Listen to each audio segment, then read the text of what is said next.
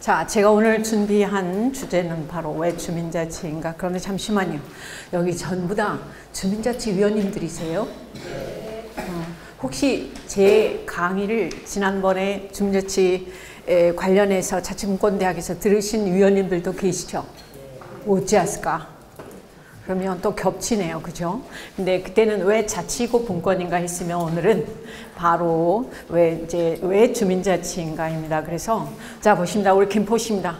깜짝 놀랐어요. 인구가 40만이 이렇게 넘어갔습니다. 자 보시는 바처럼 다른 데는 인구가 급감해서 난리인 턱에 우리 김포시는 보시는 바처럼 40만을 돌파를 하셨다는 그 부분에 대해서 참 진심으로 축하드리고요. 자 넘어갑니다. 자 보시는 바처럼 최근에 많은 학자들이 또 방금 그 우정호 사무총장께서 말씀 있으셨는데 주민자치에 대해서 아니면 자치분권에 대해서 굉장히 뜨거운 화두로 이야기를 하곤 합니다. 이제 보시는 바처럼 이제 패러다임이 변화되었다. 주민자치 시대라고 많은 학자들이 예견을 하고 있습니다. 자, 지난 우리 민주화 30년 아니면 한 20몇 년 되더라고요.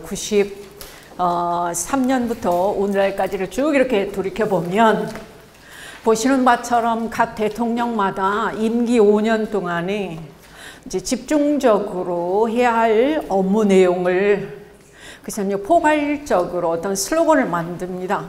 근데 이렇게 보시는 바처럼 자, 맨 처음에 92년 3년도에 문민의 정부 그러면 누구 대통령이 생각나세요?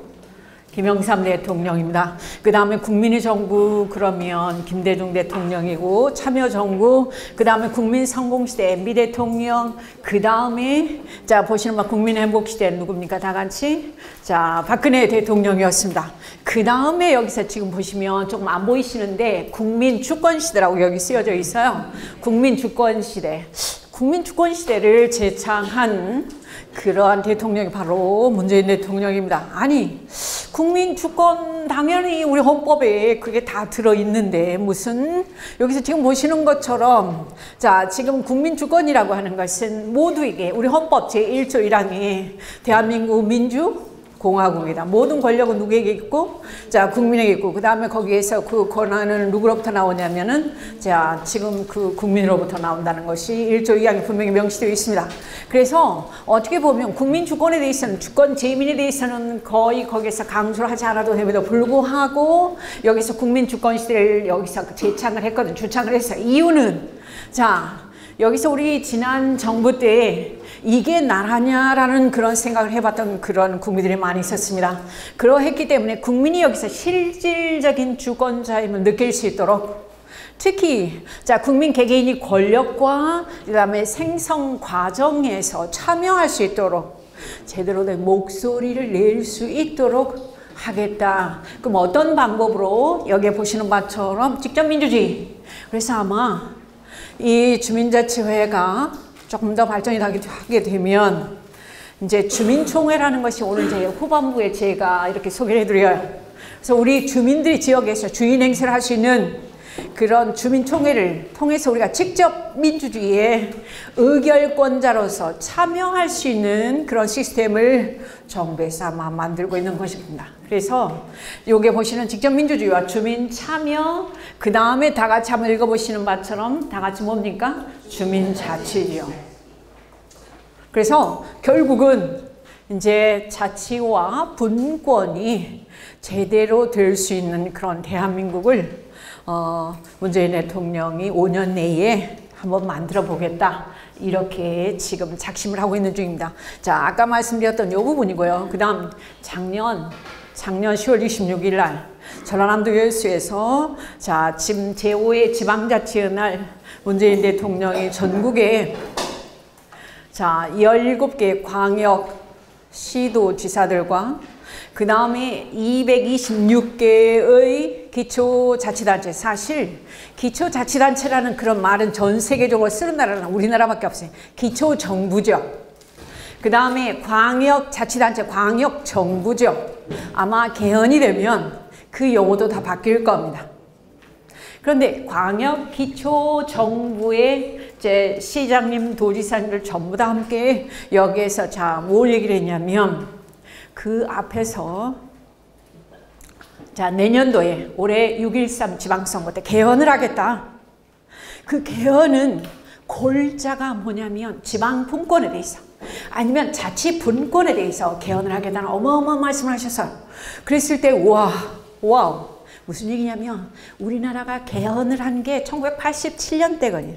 지금 30년이 지나서 30년이 지나다 보니까 너무나 낡은 옷을 너무나 어울리지 않는 그런 옷들을 쫙 입혀놓고 지금 현재 전 223개의 모든 243개의 모든 이 기초광역의 단체들이 함께 중앙정부만 보고 있으라라고 얘기를 하고 있는 거예요. 그래서 자, 대통령 입으로 개헌을 얘기를 했었고 그 다음에 개헌의 주요 골자는 요게 보시는 것처럼 자, 여기 있으면 제2국회를 제도화하고 어마어마한 표현이었어요. 자치법. 사실 아까 아마 앞에 말씀들이 다 나와 있겠지만은 우리나라 입법권 하면 어디만 생각하세요? 다 같이? 국회. 그런데 저쪽에 자, 세계에서 이 지방분권이 제일 잘 된 나라가 어디냐면 독일, 그 다음에 스위스, 프랑스 이런 나라들은 국회만 입법권이 있는 게 아니라 국민이 주권자라면 당연히 누구도 입법을 할 수 있어야 되냐면 국민이 뽑은 광역 정부에서도 분명히 필요한 그 지역의 법률을 만들 수 있어야 되겠죠. 근데 지금의 우리나라의 헌법으로는 절대 불가. 그래서 아까 말씀드렸던 것처럼 개헌을 하겠다. 내년 6.13 지방선거에서 하겠다. 물론 그게 수포로 돌아갔습니다. 어찌됐든 간에. 그런데 거기에서 자치입법권, 자치입법권. 그 다음에 두 번째 자치행정권. 사실 지금은 중요한 모든 일은 대통령이 지금 명령으로 대통령령으로 하고 그 다음에 이제 행안부 장관이 나중에 보면 이제 승인을 하는 그런 정도의 시스템을 가지고 있습니다. 흔히 말하는 중앙 집권이죠.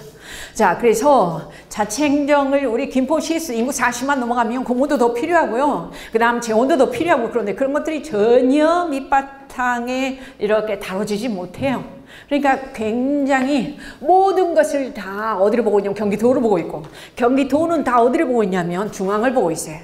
무슨 말씀인지 이해되시죠? 그래서 이제 흔히 말하는 중앙집 이거 가지고 되지 않겠는가? 그 다음 여기 가장 우리에게 뜨거운 감자로 존재하는 것이 바로 자치재정권이에요. 다 아시는 바처럼 자, 모든 우리가 세금을 내고 있어요. 그런데 대다수 국세가 전 국가에서 중앙에서 관리하고 있는 게 다 같이 몇십 프로냐면 80%. 바람직하지 않죠. 아까 말씀드린 스위스라든지 프랑스라든지 독일 같은 나라는 국세와 지방세 비율이 51대 49 내지는 50대 50이에요. 그렇게 해야지 건강한 나라예요. 우리나라는 80대 20이에요. 그리고 또 우리 김포시도 마찬가지지만 이것 떼고 저것 떼고 그러다 보면 정말로 여기서 국세로서 지원되는 것은 아주 지금 10몇 프로 정도밖에 되지 않을 거예요. 그래서 자, 지금 우리가 살아가면서 이 재정적으로 그러니까 경제적으로 어려우면서 이 일하고 싶고 저 일하고 싶고 해야 되고 뭐 이런 상황에 제대로 되지 않으면 정말 많이 어렵지 않아요. 특히 자본주의 사회에서 경제적으로 쪼들리면서 어떤 사업을 한다는 것은 상당히 어렵습니다. 그래서 자치재정권, 그 다음에 아까 잠시 말씀 자치조직권, 우리 김포시도 40만이 넘었으면 거기에 따른 행정인원이 늘어나야 되거든요. 근데 지금 상황에서는 전혀 그런 것이 불가능하기 때문에 이러한 내용을 담을 수 있는 그러한 헌법 개정을 대통령이 약속을 했어요. 참 저는 그때 놀라웠다고 생각합니다. 그러면서 지금 현재 국세와 지방세 비율을 8대2에서 조금 더 지나서는 7대3으로 하고 그 다음에 내 임기 동안에는 6대4로까지 해보겠다라고 대통령이 스스로 그것을 국민들에게 약속을 내걸었어요. 근데 불행하게도 잘 지켜지지가 못했었죠. 개헌이 되지를 못했습니다. 여기서 다시 한번 여기 나옵니다. 아까 잠시 제가 말씀드렸던 것처럼 우리 헌법 제1조 1항이 대한민국 민주공화국이다. 자, 주권은 국민에게 있고 모든 권력은 국민으로부터 나온다고 국민 주권주의를 분명히 헌법 제1조 2항에 이렇게 명시되어 있습니다. 이제 앞으로 아마도 헌법이 개헌이 된다면 요 1조 3항 정도의 아까 동영상에서 보셨겠지만은 이제 뭘 거기에다가 언급을 해야 되냐면 이 지방자치 내지는 지방분권 내지는 자치분권을 바탕으로 하고 있다.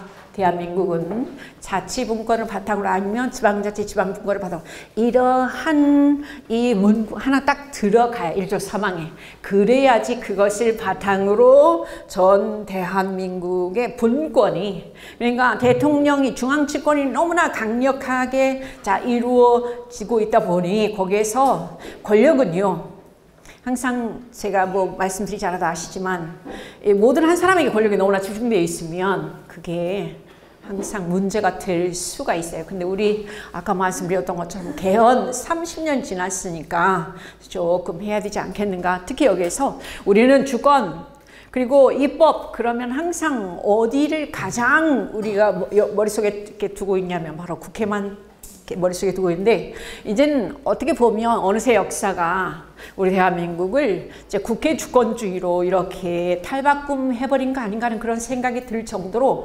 온통 국회만 생각하면 진짜 좀 머리가 좀 편안해지고 그렇지는 않죠. 그죠?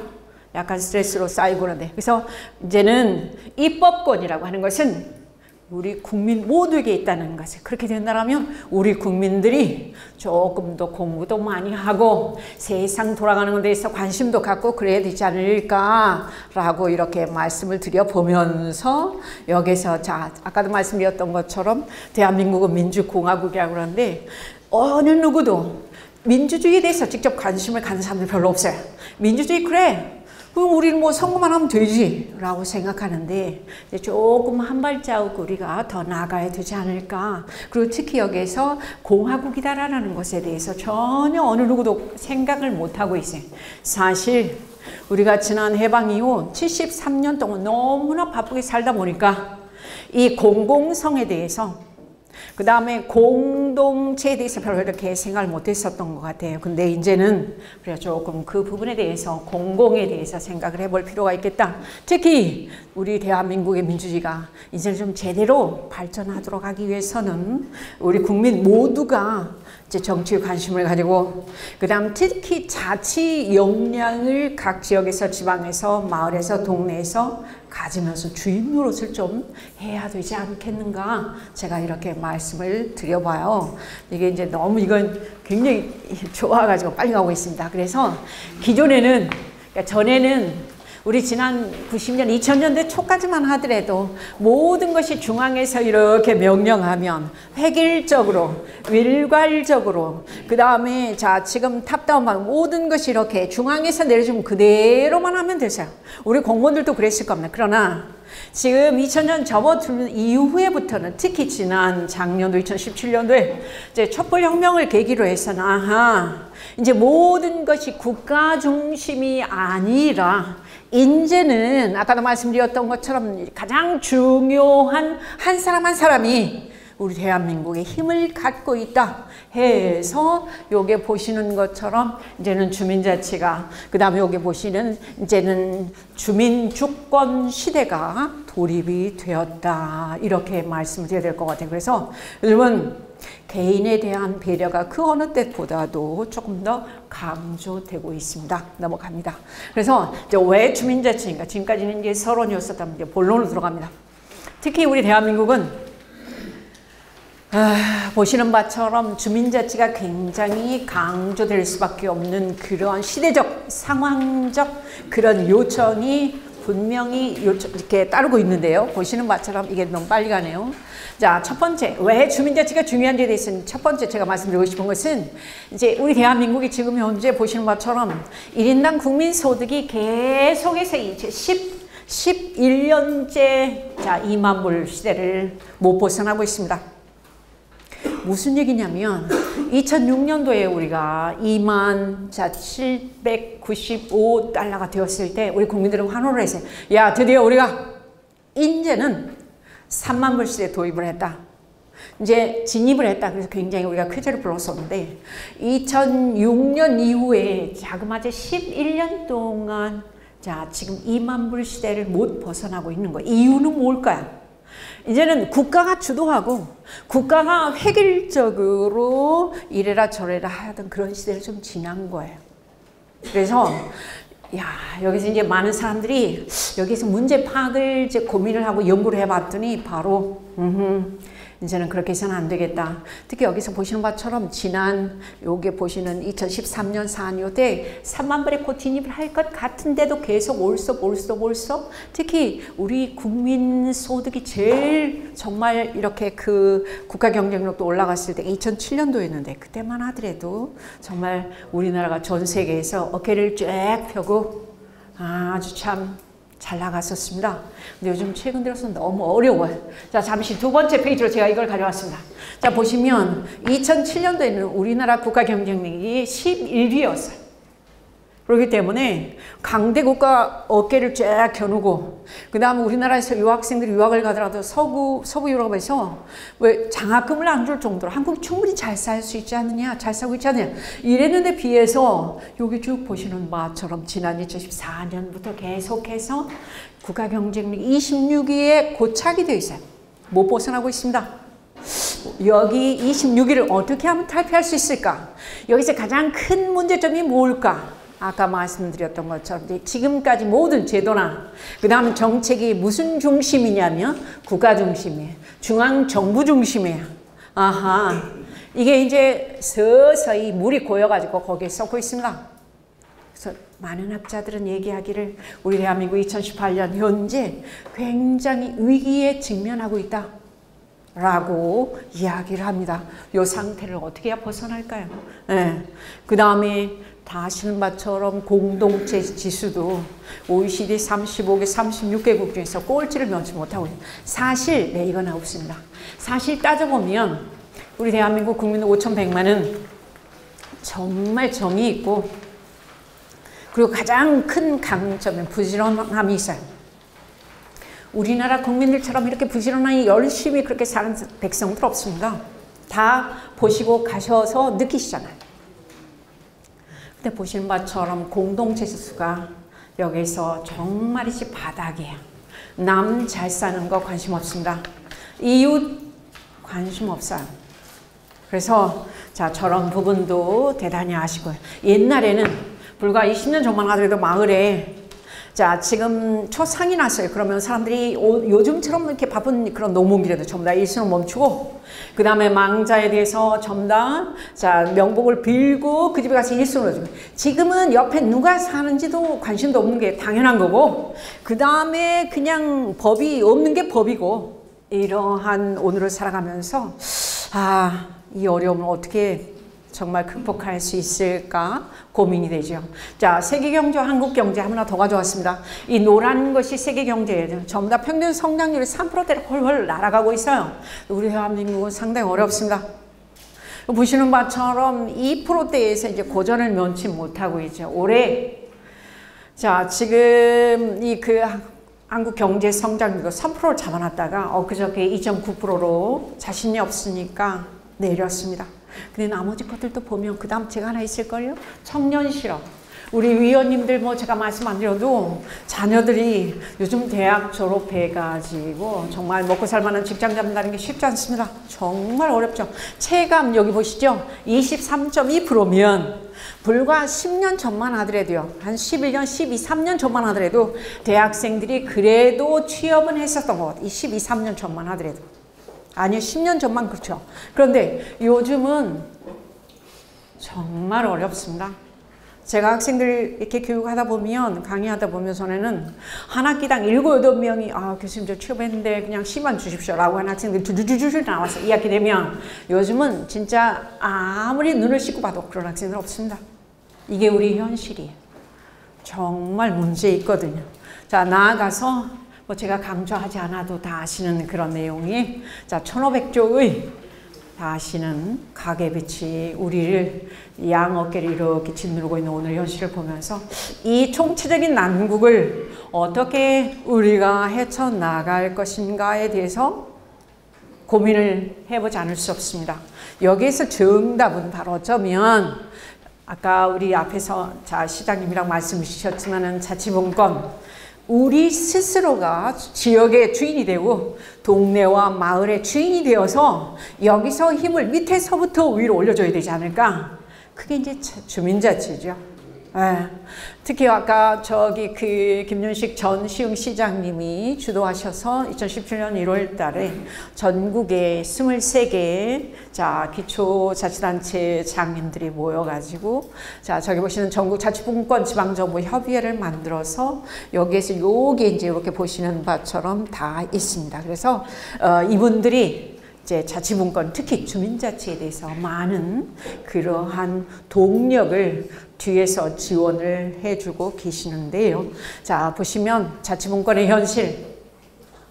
사실 이제 지방의회가 시작한 지가 23년 됐습니다. 95년부터니까. 그런데 이 지방자치는 그래도 형식적으로 민선 7기까지 이렇게 가고 있는 거예요. 그런데 이제 두 번째 있는 주민자치는 오늘날 상당히 고전을 면치 못하고 있습니다. 물론 지난 5년, 10년 전에 비해서 그래도 나름 역량 강화 교육이라도 받고 그러시고 그 다음에 필요성에 대해서 이미 우리 김포시도 몇 번째 교육을 자치분권대학에서 하고 계시는 걸로 알고 있습니다. 그런데 그럼에도 불구하고 이 교육 들으실 때는 참 좋다. 그래, 나도 지역에서 주인으로 돼야지. 그런데 이제 밖에 나가서 오늘 저녁에 9시 뉴스 보다 보면 그냥 남 얘기가 돼버려. 현실적으로 별로 다가오질 않는 거예요. 네. 그래서 사실 오늘날의 주민자치라고 하는 것은 뭐냐면 제도적으로 상당히 제가 이따가 소개해 올리고 있습니다. 상당히 열악하고요. 그 다음에 필요성 개념에 대해서도 별로 그렇게 강조하는 학자들도 없고 그 다음에 각자마다 지방자치는 엄청 공부도 많이 하고 전문성도 가지고 있고 연구도 많이 하고 하는데 주민자치에 대해서는 굉장히 관심 가지지 못하는 그리고 교수님들 중에서도 주민자치에 대해서 개념 정의도 제대로 못하고 동네자치, 마을자치, 생활자치 그 다음에 무슨 여러 지금 어떻게 보면 조각 존재하는 그러한 주민자치의 현실이다 이렇게 생각하셔도 될 것 같아요. 그래서 아까 말씀드렸던 건데 오늘날 전 세계가 모두 비슷한 그런 통증을 앓고 있는데 우리 대한민국의 경우는 특히 다시 한번 여기서 이 주민자치력, 자치 역량이 필수적이다. 그런 이 문제점을 제가 말씀드릴 수 있을 것 같고요. 이제는 이 주민자치라고 하는 것은 우리가 선택할 수 있는 내가 하고 싶으면 하고 말고 싶으면 아니라 여기에서 이제 필수적인 그런 거다 이렇게 말씀드리고 싶어요. 주민자치가 맨 처음에 언제 시작이 되었느냐 제가 이렇게 말씀드려보면 원래 몇천 년 전에 고대 아테네라고 하는 도시국가가 있었어요. 근데 거기는 인구가 10,000명밖에 안 돼요. 거기에는 도시국가니까 맨날 전쟁을 일삼는 데이기 때문에 싸움을 많이 하죠. 그래서 늘 불안해요. 그래서 10,000명밖에 안 되는 그런 주민들이 때에 따라서는 세금도 필요하고 그러니까 도시가 운영이 되려면 세금도 필요하고 거기에 어떤 규율도 필요해요. 그런 것을 정할 수 있는 지금 회의를 해야 돼. 그래서 10,000명들이 한꺼번에 모일 수 없으니까 거기에서 이제 그런 장소가 있었어요. 그런 장소에서 6,000명 정도가 어떻게 하냐면 추첨을 통해서 1년에 40번 정도의 주민총회를 해. 네. 지역에서 직접민주주의의 가장 원조라고 얘기는 이제 아테네의 민회죠. 거기서 10,000명 중에서 6,000명이 추첨을 통해 가지고 매번 거기 입장을 하는데 거기에 의장이 있습니다. 의장은 매번 달라져. 왜냐하면 한 사람이 의장을 해가지고 오랫동안 하면 거기에서 독재를 한다 라는 생각을 했기 때문에 그 옛날에도 의장은 매번 바꿨어요. 선거를 통해서. 그리고 그 10,000명이 6,000명이 들어가서 거기서 뭐에 대해서 얘기를 하냐면 여기 보시죠. 공공질서 유지. 누가 아주 이렇게 보면 무슨 안 좋은 행동을 한다든가 그 다음 특히 여기서 중요한 재정. 세금 내는 겁니다. 그 세금 내는 것을 주민들이 직접 모여서 거기서 결정을 하니까 관심을 안 가질 수가 없죠. 네. 그 다음 여기 나오는 외교, 그 다음 도편 추방이라고 하는 것은 아주 안 좋은 일을 했을 때, 역적짓을 했을 때, 그 다음에 인류를 저버리는 행동을 해, 부모를 죽였다는 일을 했을 때는 그 지역에서, 그러니까 아테네에서 쫓아내버리는 거야. 그것을 어디에서 결정하냐면 주민총회에서 결정을 해. 그러니까 주민의 일상 삶과 아주 밀접하게 연관이 되어 있는 그런 내용들을 아까 말씀드린 이 민회라고 하는 곳에서 결정을 했다. 이게 결국은 아까 말씀드렸던 것처럼 전 세계적으로 지금 주민자치가, 그러니까 주민들이 지역의 일에 관심을 가지고 스스로 모여서 해결하려고 하는 가장 최초의 사건이다 해서 우리가 주민자치의 시조로 여기서 그리스 아테네의 민회를 얘기를 합니다. 이해되시죠? 그런데 잠시만, 중요한 것은 우리 대한민국은 해방 이후 지금 보면 많은 그런 학문들, 연구들이 있었는데, 이 흔히 여기 앉아 계시는 위원님들 중에서, 위원장님 중에서도 행정학과 출신이 되게 많으실 겁니다. 자치에는 두 가지가 있어요. 자치에는 하나는 단체자치가 있고 하나는 주민자치가 있어요. 근데 단체자치라고 하는 것은 수직적인, 그러니까 중앙정부가 있고 그 다음에 광역, 그 다음에 기초, 그 다음에 읍면동 간의 어떠한 법률, 제도, 그 다음에 업무, 그 다음에 거기에서 이제 분배, 그 다음 거기에서 보면 위임, 이런 것을 연구하고 관계하는 그런 학문으로 우리가 여기서 단체자치라 그래요. 근데 오늘날 우리나라는 이 단체자치가 뭐냐면 행정학에서 다루는 지방자치. 근데 그보다 더 중요한 것은 오른쪽에 있는 것처럼 여기서 수직적인 그러한 관계를 다루는 행정학에서의 지방자치가 중요한 게 아니라 이것은 학문적으로도 이미 다 중요하다고 얘기를 만할 수가 없죠. 특히 재정, 인원, 조직 뭐 이런 거 다. 여기서 오른쪽에 나와 있는 이 주민자치에 대해서는 행정학을 공부하시는 우리 위원님들 중에서도 학교 다닐 때 주민자치를 들어보신 위원님 계십니까? 별로 없어요. 저도 들어본 적 없어요. 주민자치는 거의, 그러니까 수평적인, 어떻게 보면 주민들 스스로 지역에서 지금 이렇게 관과 연계해서 무엇을 어떻게 스스로 이러한 수평적인 자치에 대해서는 전혀 언급이 없었습니다.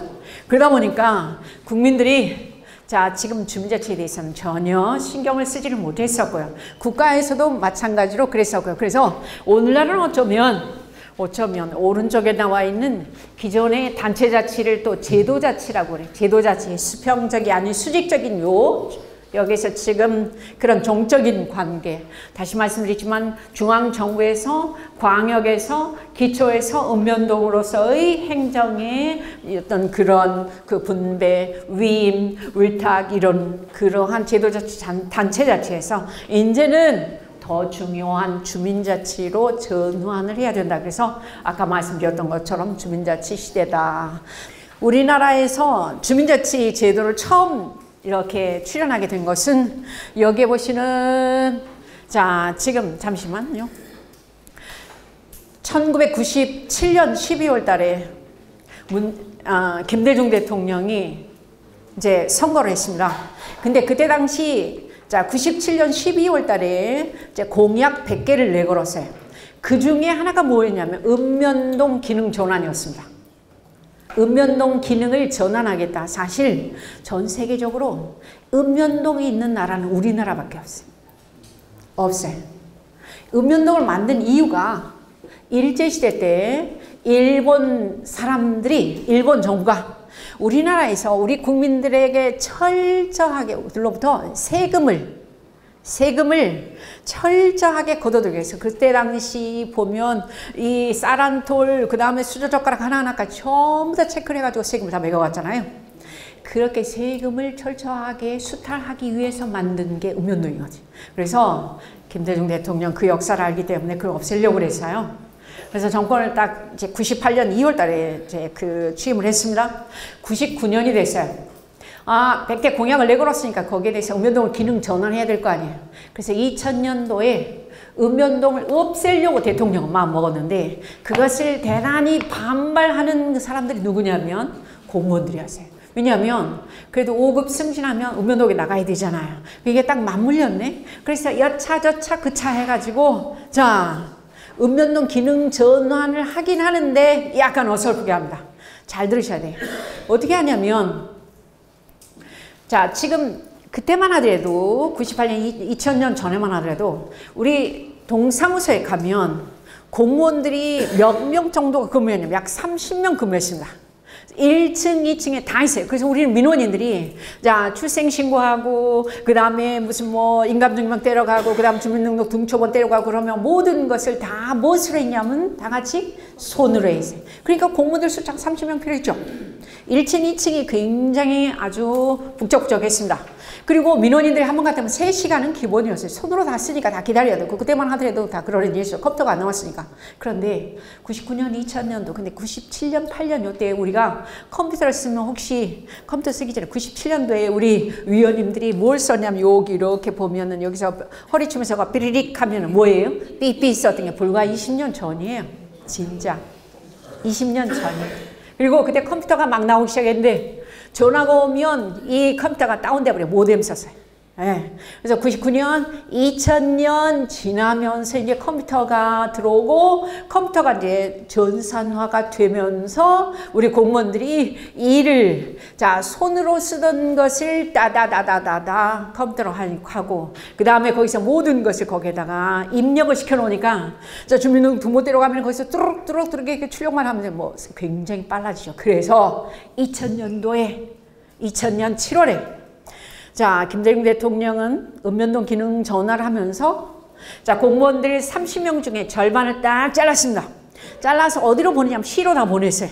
시로 보내고 주민센터, 그때는 주민센터 동사무소가 읍면동 사무소가 1층에 자, 읍면동장님 앉고 15명이 쫙 앉으니까 2층이 갑자기 비는 거예요. 2층이 비어. 그래서 2층에다 뭘 할까 옆에를 싹 보니까 일본의 제도를 보니 공민과 제도를 보면서 2층에다가 뭐를 만드냐면은 여기에 다 같이 한번 읽어보십니다. 무슨 센터? 주민자치센터를 2층에다 딱 만들죠. 그리고 주민자치센터를 만들면서 주민자치센터의 운영에 대한 심의 의결권을 가질 수 있도록 누구를 자 어떤 약간 준관변단체를 만드는데 그대 이름이 다 같이 시작 주민자치위원회. 근데 주민자치위원회는 그때 당시 만들면서 불행하게도 실질적인 권한이나 혜택을 전혀 주지를 않았어요. 그러니까 새마을협의회다, 뭐 자유방범대회다, 자유총연맹이다, 그 다음 또 뭐가 있었죠? 바르게 살기는 이런 데를 전부 다 그 사회단체 보조금을 받고 있고 뚜루루루루 이렇게 운영이 되는데 우리 주민자치위원회는 처음에 2000년 7월에 만들어질 당시에 그냥 2층에 있는 주민자치센터의 운영에 대한 심의 의결만 하라고 해서 만들어 놓았는데 사실은 그때 당시 보면 전부 다 각 단체장님들을 당연직으로 해갔다고 오시다 보니까 주민자치위원으로서 뭘 어떻게 될지 별로 알지를 못하고 그 다음에 그 뒤로도 이런 교육들이 좀 있고 그 다음에 우리가 자치 역량에 대해서 뭐 했으면 좋은데 전혀 그렇지를 못하고 불과 한 5년 정도 이제 전에 이렇게 주민자치회가 조금씩 이렇게 나타나기를 시작하죠. 그래서 어떻게 보면 법률적 조직이나 그 다음에 뭐 혜택을 준 그런 게 아무것도 없어요. 우리 주민자치위원님들은 사실 보면 정말이지 지역에서 없는 시간 내서 그 다음에 또 없는 돈 내서 이런저런 일을 마다하지 않고 하시는 그런 훌륭한 지금 상태로는 제가 볼 때에 어떻게 보면 봉사자로서 역할만 하고 계시다 이렇게 말씀드리고 있는데 이제는 조금 패러다임이 바뀌니까 달라져야 된다 이런 말씀을 드리고 싶고 그래서 이제 주민자치센터를 근거한 것은 지방자치법 8조에 있고요. 그 다음에 여기서 주민자치위원회는 사실 김포시 주민자치센터 설치 및 운영조례 안에 나와 있는 그런 기구예요. 그리고 아까 말씀드렸던 주민자치센터가 하실 수 있는 기능이 6가지. 주민자치와 그 다음에 문화여가, 그 다음에 시민교육, 그 다음 지역사회 진흥 뭐 이렇게 해서 지역복지 6가지 기능이 있는데 지금 현재 주민자치센터에서 할 수 있는 유일한 어떻게 보면 가장 큰 기능은 뭐냐면 역할은 뭐냐면 문화여가 프로그램이에요. 그러니까 주민자치센터가 사실은 지역 주민들을 이렇게 읽어서 지역의 문제에 대해서 지역의 현안에 대해서 토의하고 토론하고 그 다음에 커뮤니티 만나서 이런저런 얘기하고 이래야 되는데 그런 얘기보다는 그냥 프로그램 하는 그러한 기관으로 현재 자리매김을 해버렸어요. 근데 그 프로그램이라고 하는 것은 이웃의 무슨 교회도 하고 그 다음에 청소년 수련회에서도 하고 그 다음에 저쪽에 무슨 복지관에서도 하고 그래서 이게 너무 차별화가 안 돼버려요. 동의하시죠? 네. 그리고 문화여가가 거의 60~70%가 돼버리는 거예요. 근데 거기서 주민자치 기능이 전혀 빠져버렸어요. 아까 말씀드렸던 주민자치 지원에서도 우리가 지역에서의 리더고 우리가 지역에서 뭔가 정말 어른으로서 일을 해야 되고 세일해야 되고 그 다음에 관과 이렇게 협조해서 이렇게 해야 된다라고 하는 그런 토론 그 다음에 문제 제기 그런 데 별로 관심을 갖지를 못하고 세월이 지난 18년 지나버리죠. 대단히 안타깝습니다.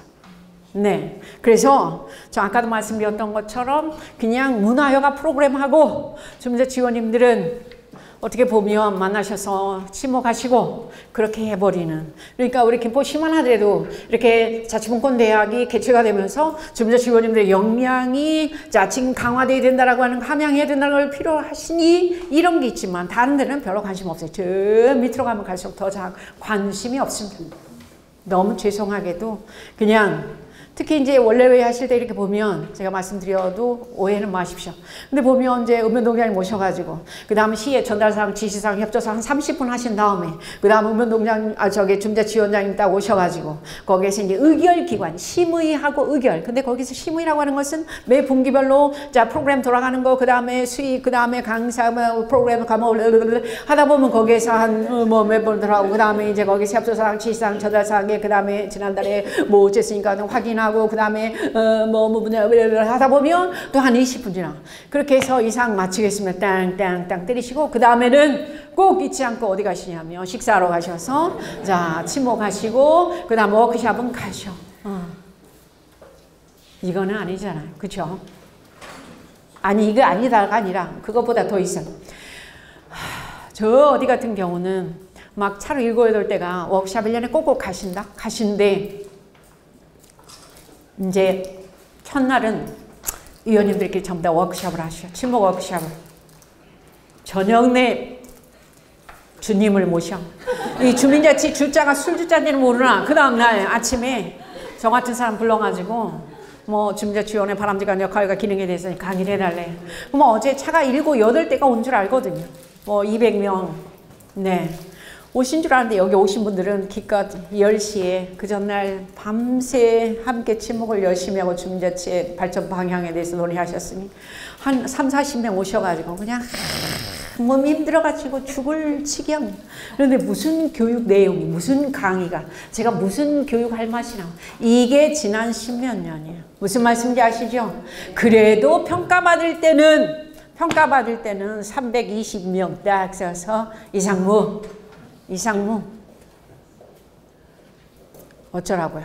그래서 어쨌든 주민자치위원회가 하실 수 있는 역량은 두 번째죠. 더 중요한 것은 권한이 없어. 권한. 근데 권한이 딱 주어지면 거기에 분명히 따라줘야 되는 게 뭐냐면 다 같이 책임이잖아. 책임. 그러니까 권한을 주지 않았기 때문에 책임 없으니까 주민자치위원님들이 뭘 하시지 않아도 되는 거예요. 그 부분이. 사실 지금의 주민자치위원님들께서는 진짜 원래회의만 나가시면 전혀 문제되지 않으세요. 그런데 이제는 세상이 달라지고 있으니까 조금 이제 뭔가 그 변화에 그래서 요게 오늘날 주민자치위원회는 그러니까 우리 스스로 뭘 할 수 있는 그러한 분위기가 전혀 되지를 못했어요. 그리고 우리가 할 수 있는 역할, 권한 이런 게 전혀 주어지지를 않았어요. 그러니까 정말 자치할 수 있는 그런 분위기가 되지를 못했다. 이렇게 말씀을 드려도 틀린 말씀은 아닐 것 같아요. 그래서 항상 읍면동장님이 거기서 자문 역할만 하고 그 다음에 어떻게 보면 눈치만 봐야 되는 그러한 주민자치위원회로 있었는데 그런데도 또 선거 때는 이 관변단체에 약간 준하는 그런 조직으로 해서 항상 공직선거법에 또 이렇게 그 기준을 따라야 되는 그러한 단체로 있었는데 참 안타깝기 그지없어요. 그래서 이렇게 넘어가 보면 이제 주민자치위원님들한테 물어봐. 주민자치위원회가 이제 주민자치 일을 하기에 쉬워요, 어려워요 물어보면 다 같이 하시는 말씀들이 어렵다 그래요. 왜 어려워요? 왜 안 된다고 생각하세요? 그러면 첫 번째가 시간이 없어요. 생업도 있는데 먹고 살아야죠. 자, 두 번째 왜 안 돼요? 그랬을 때 돈이 없어요. 돈도 없어요. 네. 그리고 권한도 없어요. 근데 우리가 뭘 하려고 해도 할 수 없어요. 뭐 공무사업 하려고 해도 우리가 서류 작성해야 되는데 근데 언제 그런 데 우리가 해요? 이렇게 아주 참 불편해하세요. 그래서 요게 지금 모르는 거 보시는 바처럼 주민자치위원으로서의 가장 큰 문제는 어쩌면 이렇게 공부를 하시고 고민하실 수 있는 이러한 김포시 주민자치위원님들 정말 멋지세요. 근데 이걸 전혀 감지 못하고 세상이 주민자치가 어떻게 변하는지 전혀 신경 쓰지 않는 분들이 더 많이 있기 때문에 여기서 지금 보시는 것처럼 36.4%의 주민자치위원님들이 자 우리가 역량 강화가 필요하다. 그리고 특히 여기에서 지금 보시는 바처럼 주민자치 그 다음 민주시민으로서 어떠한 생각을 어떠한 고민을 해야 되는지에 대한 준비가 전혀 없이 주민자치위원이 되다 보니까 지금 우리 주민자치가 계속 물 위에 기름처럼 헛돌고 있는 거 아니냐 이렇게 얘기를 합니다. 잠시 여기서 중요한 부분이 있습니다. 자, 오늘 제가 늦었으니까 논스톱으로 쫙 갈게요. 다시 한번 그렇게 해요. 네. 자, 무슨 말씀이냐면 자, 지금의 주민자치위원회는 그러니까 2000년 7월에 만들어졌던 주민자치위원회는 권한과 그 다음 혜택이 거의 없었다. 그 다음에 주민자치위원회 이 원래 회의만 참석을 잘 하셔도 전혀 문제가 없었다. 이런데 이제 아주 큰일이 벌어지고 있습니다. 무슨 얘기냐면 여기서 보시는 바처럼 2010년 10월 1일 날 특히 그때는 이제 MB 때였습니다. 이명박 대통령 때 그때 뭘 어떻게 하려고 그러냐면 MB 때 전국의 243개의 행정광역 기초를 이렇게 한 80여 개로 쫙쫙쫙 그래서 청주총은 하나 묶고 그 다음 저쪽에 저 보면 마산, 창원, 진해를 또 하나로 묶고 그래서 이제 이렇게 쭉쭉쭉쭉 묶으려고 그랬어요. 그러한 움직임이 시작되면서 2010년 10월 1일 날 제 특별법이 하나가 만들어졌습니다. 그 특별법이 뭐냐면 바로 여기 보시는 바처럼 지방행정 체제 개편에 관한 특별법이에요. 이 특별법은 보통 법보다도 순위가 더 위에 있어요. 네. 그래서 2010년도에 지방행정 체제 개편에 관한 특별법이 만들어지고 거기에 주민자치회를 둘 수 있다. 지금의 주민자치위원회는 실질적인 권한이 그리고 하는 일도 별로 그냥 유명무실하고 그러니 제대로 된 주민자치를 할 수 있도록 주민자치회를 만들어 보겠다라는 가정하에 2010년도에 주민자치회를 거기서 처음으로 얘기를 했습니다. 그 다음에 이제 박근혜 대통령 때 취임 이후 그날 요게 지금 보시는 거지 2013년 5월 8일 날 그러니까 2월 달에 이제 취임을 했으니까 그때 기존에 있었던 지방행정 체제 개편에 관한 특별법을 없애고 폐기하고 새로운 지방분권 및 지방행정 체제 개편에 관한 특별법을 거기에서 또 통과시켜요. 특별법으로. 그러면서 그 법에 27조, 28조, 29조가 나왔습니다. 거기에 주민자치회가 좀 더 구체적으로 명시되어 있죠. 그런데 불행하게도 27조, 28조, 29조 이것만 나와 있지 그에 따른 주민자치회가 무엇을 어떻게 재정조달 어떻게 이런 것들이 전혀 나오질 않고 있어요. 그래서 지금 현재 아까 말씀드렸던 개헌과 더불어서 이 부분도 분명히 고쳐져야 된다라고 얘기를 하고 있습니다. 잘 들어보세요.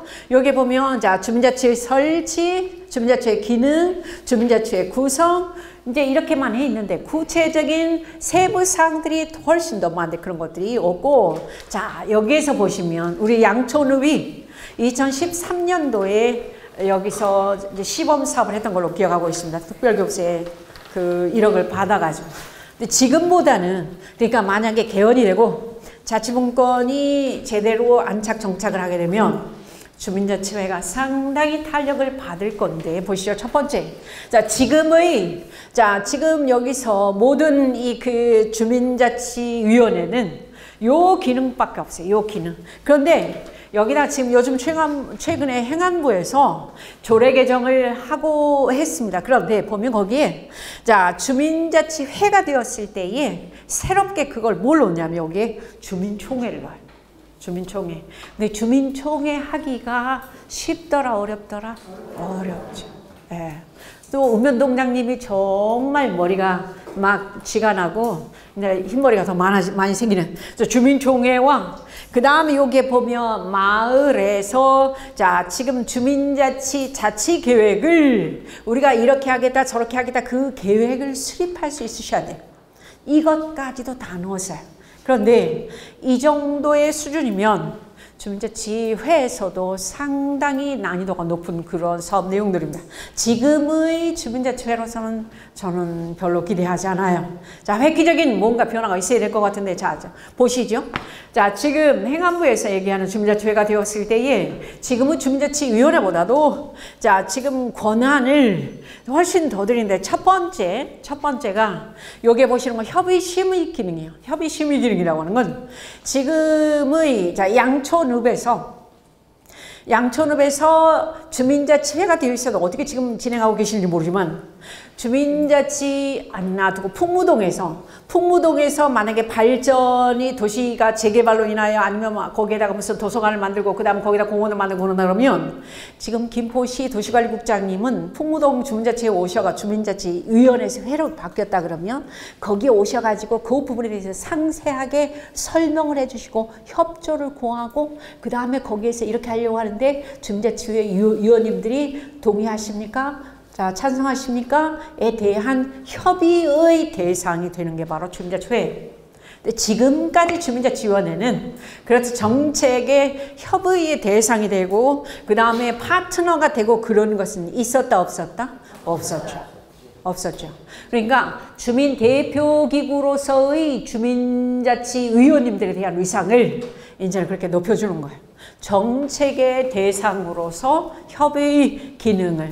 근데 그것 또한 이제 시장님이 아니면 그쪽 동장님이 우리 주민자치회의 위상을 좀 높여주기 위해서 자그마한 일을 좀 만들어야 되는데 또 안 되는 데는 안 되는 것 같더라고요. 자, 놔두고 그 다음 이제 두 번째 여기가 더 중요해요. 위탁사업.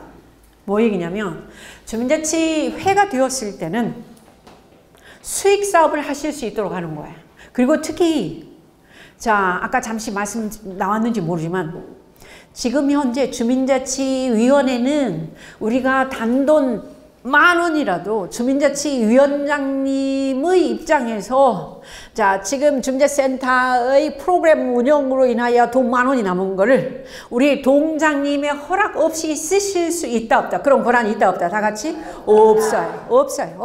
그런데 주민자치회가 되었을 때는 이제는 자치 역량이 어느 정도 되시면 거기에서 수익사업을 하실 수 있도록 하고 특히 아까 잠시 말이 나오는 부분이 지금 주민세 개인균등분을 들어보셨어요? 주민세 이렇게 인두세라고 그래. 그런데 우리 그 왜 적십자 해보듯이 그거를 자, 그 주민세 개인균등분을 누구에게 다 내려주겠다. 다 같이 주민자치회에다가 이제 그런 데가 저 지금 수원시에 43개 동을 전체 주민자치회로 하겠다. 염태영 시장이 한 2주 전에 얘기했고요. 그 다음에 뭐 저쪽에 논산시, 그 다음 또 세종시, 그 다음에 당진시, 아까 말씀 나왔던 전 시흥시장님 이런 데는 주민세를 거둔 걸 전부 다 누구에게 주겠다. 다 같이 주민자치회에다. 그러면 주민자치회장님은 그때는 회장님 되는 거야. 거기에 대한 회계에 대해서 쫙 꿰고 계셔야 돼. 지금의 주민자치위원회는 절대로 불가능해. 그래서 이 돈이 내려오면 돈을 예를 들어 핸들링 쓰실 수 있는 권한이 있다면 거기에 대한 뭣도 줘야 돼? 다 같이? 책임도. 그러니까 그런 것을 제대로 하실 수 있는 역량을 우리 주임자 주임님들 가지셔야 돼요. 주임자 주임으로 되었을 때. 그리고 그 다음 아까 말씀드렸던 건 수익 사업을 한다 그러면 지금까지는 우리가 무슨 뭐 호프데이다 뭐 한다고 해도 거기서 나온 수익금은 전부 다 장학금으로 되지 않으면 우리가 우리가 발전해서 거의 불가능했었어요. 이것 또한 다 고쳐서 이제 위탁. 그리고 예를 들어서 풍무동에서 무슨 거기가 시립 주차장이 있는데 특별히 풍무동 주민자치회 위원님들이 정말 역량이 두드러져. 그러면 이분들에게 시장님께서는 지금까지 그 시립 주차장을 뭐 바르게 살기 위해다가 이렇게 위탁을 하셨다면 이제는 이 풍무동 주민자치회에다가 위탁을 해서 자 거기에서 그 시립 주차장에 대한 수익금을 뭐뭐 하고 그 다음에 거기서 일자리 창출까지 할 수 있도록 하는 아주 지금보다는 훨씬 더 많은 어떤 일들이 여기서 주민자치회로 변화되면은 일어날 것 같아요. 근데 이제 그게 제대로 될 수 있어야 되는데 지금 이제 조금 이따 나오죠. 이제 우리 양천읍 같은 데 2014년 7월부터 31개 읍면동을 대상으로 행자부에서 그때 이제 시범 사업을 했었었죠. 특별교부세 1억 원을 줘가지고 했었었는데 굉장히 어려웠습니다. 준비도 안 하고 막 했었기 때문에 우리의 그런 아픈 스토리는 다 알고 있어요. 어찌 보면 정책이 주민자치를 힘들게 하고 상처를 주는 것도 같은 그런 생각이 들고 그 다음 2016년부터 전국 18개를 그래서 지금 현재 49개 읍면동이 주민자치회 시범 사업을 하고 있는 그러한 실정입니다. 그런데 이제 단체별로 아니 지자체별로 시장님의 마인드가 내가 한번 이쪽으로 해서 한번 특히 당진 시장님 같은 경우는 처음부터 시종 주민자치로 아주 이렇게 파이팅을 하고 계세요. 아까 김윤식 전 수원시장도 시흥시장도 마찬가지. 그런데 단체장님들의 마인드가 참 중요한 것 같아요. 그래서 요게 지금 보시면 49의 읍면동인데 조금 이따 이제 말씀드리고 그 다음에 이제 잠시만요. 여기서는 약간 옆으로 빠지는 얘기가 필요한데 이제 서울의 박원순 시장님은 지금 민선 6기 딱 들어오면서 공약사업 10개를 딱 내걸었는데 그 중에 하나가 뭐였냐면 동복지사업을 하겠다는 거예요. 복지사업, 동에서 복지사업을 하겠다. 그런데 그때 마치 어떤 일이 있었냐면 송파 세모녀 자살 사건이 있었습니다. 2014년도에 세모녀 자살 사건이 박원순 시장 딱 얘기는 아니 복지는 시골에서 어르신들 많으니까 외로운 사람 많으니까 시골에서 농어촌 지역에서 복지가 많이 필요할 거거든요. 알고 보니까 도시에서 복지가 필요하네. 그다음 뭐 장안동에 어르신 돌아가시고 누구 어쩌면서 뭐 이렇게 봉투를 딱 써가지고 누구든 처음으로 내 주검을 발견한 사람은 이걸로 따뜻한 국밥 한 거 사드시고 나를 좀 처리해달라. 그렇게 돈을 얼마나 참 안타까워. 이런 일련의 사건들이 막 터졌어요. 그랬을 때 동복지 사업을 우리 도시가 해야 되겠다 생각해서 동복지 사업을 10대 그 공약에 내걸었습니다. 근데 거기에서 나중에 그 동복지센터가 나중에 그러지 말고 마을을 한번 넣었지. 그래서 동마을복지, 동마복이 됐는데 동마을복지센터로 주민센터를 바꾸려고 그러니까 행자부에서 아니 서울시는 너네는 왜 그렇게 미운 털을 자꾸만 그렇게 길러가냐. 뭐 주민센터 뭐 지방자치법 분명히 나와있는데 왜 동마을복지센터로 하냐. 그래서 이름을 바꾸지 말아라, 건들지 말아라 그랬어요. 그래서 거기에서 공모를 해가지고 만들어진 게 찾아가는 동주민센터야. 그래서 공모를 이제 사회복지 전담 공무원을 5명씩 평균 더 넣어주고 그 다음에 방문간호사를 1명 더 넣어주고 그 다음에 또 하나 뭘 넣어주냐 마을계획동을 만들어서 거기에 마을사업 전문가를 거기에 임기제로 2년짜리를 그걸 넣어줘요. 그러니까 자그마치 몇 명이 더 공무원으로 늘어나면 7명이 더 늘어가면 전부 다 무엇이 가장 큰 문제냐면 예산이죠. 그런데 그걸 하다 보니까 이제 또 활동가들이 다 공무원으로 들어와. 이제 그걸 속어적인 표현으로 어쩌다 공무원 해가지고 어공이라고 그래. 죄송합니다. 절대 제가 비하는 용어 아니에요. 그래서 어공들이 많이 늘어나요. 해서 아주 동이 이제 동장님이 모든 그런 책임을 지고 혁신을 하는 그러한 사업을 하였으니 그게 뭐냐면 찾아가는 도움 주민센터. 그걸 줄여가지고 찻동이라 그래요. 찻동. 여자친구를 여친이라 하듯이. 그쵸? 다시 한번. 쓰레기 봉투를 뭐라 그래요? 자, 스봉. 편의점에 갔을 때에 스봉 한 장 뭐 주세요. 그러면 아이고 요즘 사람들 어이구야 편의점에 바지도 파나 보네. 그런데 뭐라고요? 스봉이. 마찬가지 찾아간 동주민센터를 축약해서 찻동이라고 해요. 근데 잠시 찻동이 2014년 임기 시작한 박원순 시장이 하다 보니까 2016년 그래서 잘 때 소문이 빡빡빡빡. 그래서 작년도 문재인 대통령이 이렇게 그 충원을 할 때 서울시 정무부시장이 보면 사회혁신수석으로 와.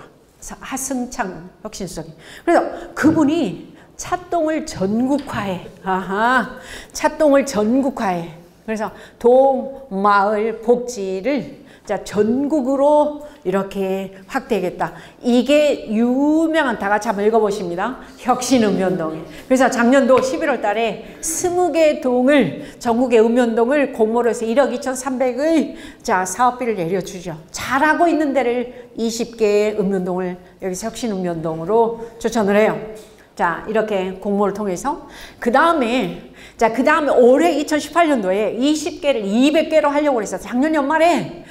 지금 예산안이 통과될 때 자유한국당에서 강력하게 밀어붙여가지고 그 혁신읍면동 사업 200억이 통과된 것을 아주 방지했습니다. 그래서 성공했어요. 그렇게 해서 혁신읍면동이 그냥 어떻게 돼버릴까? 그냥 수포로 돌아가. 그러니까 끝나버린 거예요. 전국 20개 동. 그런데 행안부에서는 김부겸 장관이 온다부터는 행안부잖아요. 거기에서 지금 인력들을 다 뽑아놓고 그것을 안 할 수는 없어요. 패러다임 바뀌고 분권으로 가니까 자치분권에 대한 중요한 의미는 깨닫고 있기 때문에 그래서 이제 나온 게 뭐냐면 혁신읍면동이 그 다음 페이지에 나오는데 이제 주민자치형 공공서비스로 돌아가죠. 잠시 박원순 시장님은 찻동을 아주 성공리해 한 다음에 그 다음에 어공들이 많이 들어오고 활동가들이 많이 들어오니까 선거 조직이 또 이렇게 확장이 되고 그래서 정치하는 사람의 입장에서 아주 참 흐뭇한 거예요. 그래서 그 안에 찻동 안에 뭐냐면 줌자치위원회를 줌자치회로 전환한다라고 하는 그런 행정혁신이 들어가 있어요. 그렇게 해가지고 보시는 바처럼 27년 작년 11월부터 지금 4개 구 26개 동에서 서울형 주민자치를 합니다. 서울형은 뭐냐면 서울은 돈이 많으니까 이제 각 동에다가 또 뭘 넣어두냐면 동지원관 1명을 넣어줘요. 주민자치 시간 없다, 어렵다, 돈이 없다 해서 안 된다 그러니까 동지원관 1명을 넣어주고 그 다음 안 되는 걸 되도록 하는 거죠. 주민자치는 필요하니까. 두 번째 동지원관 넣어주고 그 다음에 간사를 또 유급제로 1명 이렇게 개방형 마급으로 해서 넣어줘요. 그러니까 보세요. 이 찻동하는 데는 서울형 주민자치회까지는 5명의 사회복지 전담 공무원, 그 다음 마을사업 전문가 하나, 그 다음에 방문간호사 1명, 그 다음에 동주민자치 지원관, 그 다음에 아까 간사까지. 그러니까 몇 명의 지금 이 그 충원이 전문 인력들이 늘어난 거잖아요. 그렇게 해서 지금 현재 이렇게 되고 그 다음 올해 7월부터 올해는 이제 보면 서울시가 전부 다 색깔이 같거든요. 하나만 빼고 이제 구청장님이 그러니까 거기서 탄력을 받아가지고 7월부터 13개 구에서 그러면 17개 구에서 91개 동이 서울형 주민자치회로 가. 근데 이건 제가 위에 거기 들어가 있는데 보면 정책으로서 제도로서 위에서 이렇게 세팅하는 것은 별로 바람직하지는 않은 것 같아요. 제가 볼 때. 너무 빨리 가려고 하는 그런 의도가 보여서 저는 그렇게 생각을 하고 여기 보십니다. 주민자치형 공공서비스 지금 현재 2018년 7월 17일 현재 지금 이 아까 혁신읍면동도 그 다음에 뭣도 전부 다 이제 이렇게 변해가고 있어요. 우리 양천읍에 사고 있는 행자부의 주민자치 시범 사업도 이렇게 가고 있어요. 주민자치형 다 같이 한번 읽어보십니다. 공공 서비스. 근데 이제 공공이 들어가니까 학자들 사이에서는 되게 좀 말이 많죠. 그래서 이제는 이 주민자치형 공공 서비스는 뭐냐면 지난번에 혁신운동에서 예산이 다 이제 거덜나 버린 거야. 거덜이란 게 아니라 통과가 안 돼서 예산이 없어요. 그러니 지원을 못 해줘. 그래서 행안부에서는 뭘 얘기를 하냐면 각 지자체에서 나서라. 지자체 단체장들은 여기에서 지금 보시는 것처럼 이 주민자치가 활성화될 수 있도록 예산도 지원하고 그 다음 조직도 지원하고 그래서 예를 들면 시흥시는 보니까 이제 주민자치 국장님이 계시더라고요. 놀랍죠? 전혀 안 놀라셔도 돼요. 아무튼 이렇게 요게 보시는 바처럼 읍면동에다가 복지 전담팀 아까 5명의 서울시에 이 그 차동하면서 넣어준 그거를 복지 전담팀을 꾸리고 이렇게 하라 그런데 아직은 그렇게 눈에 보일 만큼 발전 지향적이진 않아요. 그런 단체장님들이 아까 말씀드렸던 것처럼 이제 주민세 개인균등부를 주민자치회에다 내려주겠다. 전 읍면동을 실시하겠다. 이러한 과도기에 놓여 있습니다. 자, 거기 보면 여기서 제가 왜 주민자치인가 했을 때 여기서 가장 중요한 것은 저는 그렇게 생각해요. 우리 대한민국 국민은 개인은 정말 똑똑하고 부지런해. 개인의 출세를 위해서는 개인의 어떠한 앞으로의 미래 어떤 입신 영달을 위해서는 밤잠 안 자고 정말 이제 부지런히 허리띠 졸라매면서 공부하고 그렇습니다. 근데 문제는 그 똑똑한 그 부지런한 훌륭한 개인들이 아파트 문을 열고 그 다음에 동네 지금 방문을 열고 어디로 안 나오냐면 다 같이 마을로 안 나와요. 마을로. 그러니까 주민자치센터 일반 주민들은 주민센터인지 주민자치센터인지 행정복지센터인지 주민자치위원회인지 동사무소인지 관심이 있다 없다 다 같이 없어요. 없어. 그리고 우리 지역에 살고 있지만 내가 살고 있는 동네의 동장님 이름이 누군지 홈페이지 한번 들어가서 인구가 몇 명인지에 대해서 다들 관심 있어요? 없어요? 없어요. 이게 우리 현실이에요. 그러니까 지역에 대한 개인은 있는데 개인은 있어요. 근데 이 개인들은 전부 다 주민등록만 되어 있는 사람들이지 지역에 대해서 애정을 가지고 있고 지역에 대해서 관심을 가지고 있는 주민들이 아니야. 그래서 개인자치는 90점, 100점, 100만점을 주는데 이 주민자치, 개인자치, 마을자치가 안 되는 게 우리 대한민국 오늘의 현실. 그래서 어떻게 하면 아까도 말씀드렸던 것처럼 이제 주민자치는 결국 민주주의 꽃으로서 개인이 이제 지역으로 나올 수 있도록 해야 돼요. 이게 우리 지금 지금 해방 이후 73년 동안 놓친 가장 안타까운 부분이 국가는 있어요. 대한민국은. 근데 지방이 별로 살아나질 않아. 그 소리는 지역의 주민들이 깨어있지를 않으니까. 물어봅니다. 지역의 주인은 누구라고 생각하십니까? 대다수 사람도 누구라고 할까요? 시장님. 그 다음에 군수님. 그 다음에 국회의원님. 근데 궁극은 지역의 주인이 누구냐면 다 같이 나예요. 나. 그 생각을 별로 못해. 그래서 아까 여기 어떻게 하면 우리가 개인에서 동네의 주인인 주민으로 그러니까 어떻게 보면 정치하시는 분들은 임기 끝나면 가실 수 있어요. 그냥 스쳐 지나가는 여기서 손님이야. 그리고 지역에 대해서 관심을 갖지 않는 사람들은 손님이에요. 근데 손님은 백날 있어도 거기에서 변화가 일어나지를 않아요. 이 부분을 우리가 놓치고 있는 거 아닌가. 매우 안타깝죠. 그래서 어떻게 하면 여기서 개인에서 지금 주민으로 우리가 변신할 수 있을까. 그리고 우리가 살고 있는 내 동네에 더 많은 사람들도 우리가 주민으로 이렇게 끌어낼 수 있도록 거기에 돗자리를 만들고 그 다음에 기회를 만들고 말을 섞고 인사를 하고 여기 앉아 계시는 우리 위원님들 중에서 마을에서 한 30명과 친교를 하고 그 다음에 산책도 하고 영화도 보고 그러신 분들 별로 많으시겠죠. 그죠? 많으실 거라고 봐요. 대다수 없어요. 참 안타까운. 직장 동료들하고는 늘 그렇게 자 만나고 이러고저러고 하는데 마을에서 동네에서는 별로 관심 갖지 않아요. 이 부분을 자 다시 한번 말씀드리지만 여기서 자 우리 동네에 대해서 관심을 갖는 주민, 그 다음에 어떻게 하면 정말 참여하는 주민, 그러니까 똑똑하고 많이 배운 사람들, 잘난 사람들, 출세한 사람들일수록 대문을 꼭꼭 닫고 마을에는 전혀 이렇게 잠수를 타고 있는 그런 경우들이 많은데 우리가 이 부분에 대해서 이제 고민을 해봐야 되겠다 그런 생각과 더불어서 자 우리 시간 없으니까 빨리 넘어가도록 하겠습니다. 네. 네. 여기서 이제 마을 단위의 자치분권 사례인데 자 보시죠. 마을 단위에서 가장 자치분권이 잘 되는 데는 제가 고민을 많이 해봤어요. 근데 여기에서 지금 보시는 것처럼 남양주시 평내동인데 거기에서는 청소년 자치위원회가 있습니다. 그래서 2013년부터 만들어진 자치위원회인데 처음에 공부를 잘한 아이들을 대상으로 고등학교 학생들을 대상으로 한 40여 명을 이제 공부 잘한 애들이었기 때문에 아주 처음에는 흐뭇했던 거예요.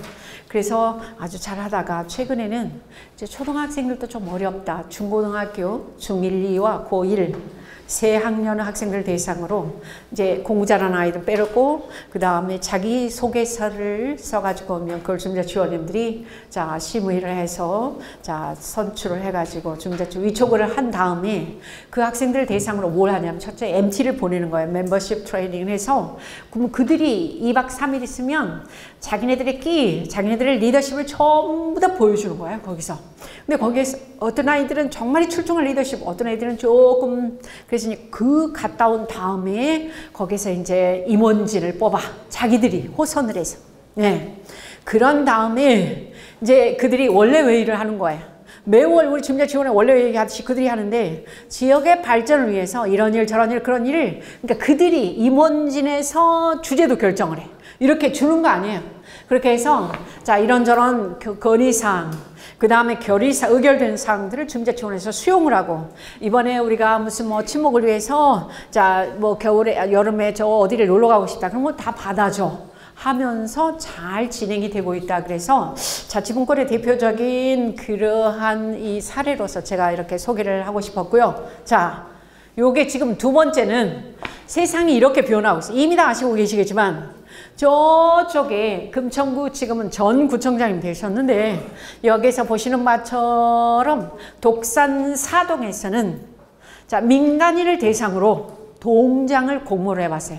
그랬더니 그러니까 공무원 출신의 동장님하고 민간인 출신의 동장님하고는 확연하게 자 입장 차이가 견해 차이가 또 업무 차이가 나더라. 그래서 대단히 여기서 지금 보시는 것처럼 직원들은 지금까지 전부 다 여기 앉았으면 했는데 전부 다 이렇게 밖으로 나가고 그 다음 등등등 해서 아주 그 다음 주민센터 앞에가 이러한 애들의 놀이터가 만들어지고 해서 아주 성공적인 그런 모델로 이제 이렇게까지 바뀌어지고 있다는 것을 제가 말씀드립니다. 이렇게 하시려는 게 아니라 무슨 말씀인지 아시겠죠? 우리 동장님 왜 민간인 아니에요? 라고 거기서 그렇게 말씀하시지 마시고 세상이 이렇게 변화되고 있다는 것을 우리가 아셨으면 될 것 같아요. 자, 넘어가서 여기서 지금 보시는 것처럼 이제 광주광역시 지금 전 광산구청장님이시고 이 자치분권에 대해서 대단히 관심 조예가 깊으셨는데 그 구청장님은 이제 보시면 주민 추천, 그러니까 공무원들 세 분 중에서 이제 구청장님이 이렇게 세 사람을 내보내는 거야. 이 중에서 한 분을 주민들이 추천하셔. 이렇게 해서 상당히 어떻게 보면 권한을 밑으로 내려주고 그 다음에 그것을 바탕으로 해서 주민들은 고마움과 감사함으로 그 다음에 관과의 관계를 더 하도록 했다. 그래서 여기 지금 보십니다. 세 분 중에서 자 보시죠. 세 분 중에서 주민들이 동장님을 어떤 분으로 모실까에 대해서 여기서 투표하는 거예요. 놀랍죠? 정말 놀랍습니다. 이렇게 해서 지금 현재 8분? 8, 9분. 근데 지난번까지 8분 정도의 동장님을 이렇게 추첨을 해가지고, 그러니까 주민들이, 자, 동장님을 뽑으니까 동장 이름 다 알고요. 그 다음에, 하면 인사도 하고요. 근데 지금은 오늘날 우리 여기서 각 동에서 살고 계신 동장님이 이름 아시는 분 별로? 없어요. 관심 없어요. 이게 우리 현실이거든요. 이렇게 세상이 바뀌어지고 몰라도 되신다고요? 그거 뭐 당연하죠. 자, 여기서 보면 이제 거의 결론 부분인데요. 이제 보시는 저 부분입니다. 사실 주민이 주인이라는 거 다 동의하시죠? 근데 우리는 다 망각하고 살아. 망각하고 살아. 자, 그래서 여기 세 번째, 앞으로 개헌이 되면, 저는 그렇게 생각해요. 개헌이 되면 광역의회에서는 그 광역 지자체에 필요한 법을 헌법에 위배되지 않는 범주 내에서 제정할 수 있는 입법권을 가질 수 있어야 돼. 다른 나라들 다 그러거든요. 다시 한번. 자, 독일이나 프랑스나 스위스나 이런 나라들에서는 광역의회에서 법률을 제정할 수 있어요. 단 무엇에 위배되지 않는 범위 내에서 헌법에 위배되는. 그러니까 국회만이 아니라, 그럴 수 있는 권한을 이렇게 주도록 하는, 이게 이제 개헌에서 분명히 나오도록 할 것이고, 그래서 결국은 자, 이 권력은 개인의 것이 아니라, 한 사람만의 것이 아니라 국민 모두의 것이다. 국민은 왜? 주권자이니까. 그리고 권력은, 여기 제가 빨갛게 썼습니다. 권력은 쪼갤수록 어떤다고? 투명해져요. 투명해져. 한 사람에게 너무나 한 곳에 집중되어 있는 권력은 부패하기 쉽고 부조리가 발생할 수밖에 없어요. 그래서 그래서 우리가 이렇게 지방 분권이, 또 내지는 자치 분권이, 주민자치가 잘 되고, 그 다음에 이제 이렇게 제대로 시스템이 정착이 되면 우리가 정치를 이렇게 정치하는 사람들로부터 스트레스를 덜 받죠. 요즘은 뉴스를 볼 때마다 그냥 머리가 지끈지끈할 때가 많이, 우리 지금은 그죠.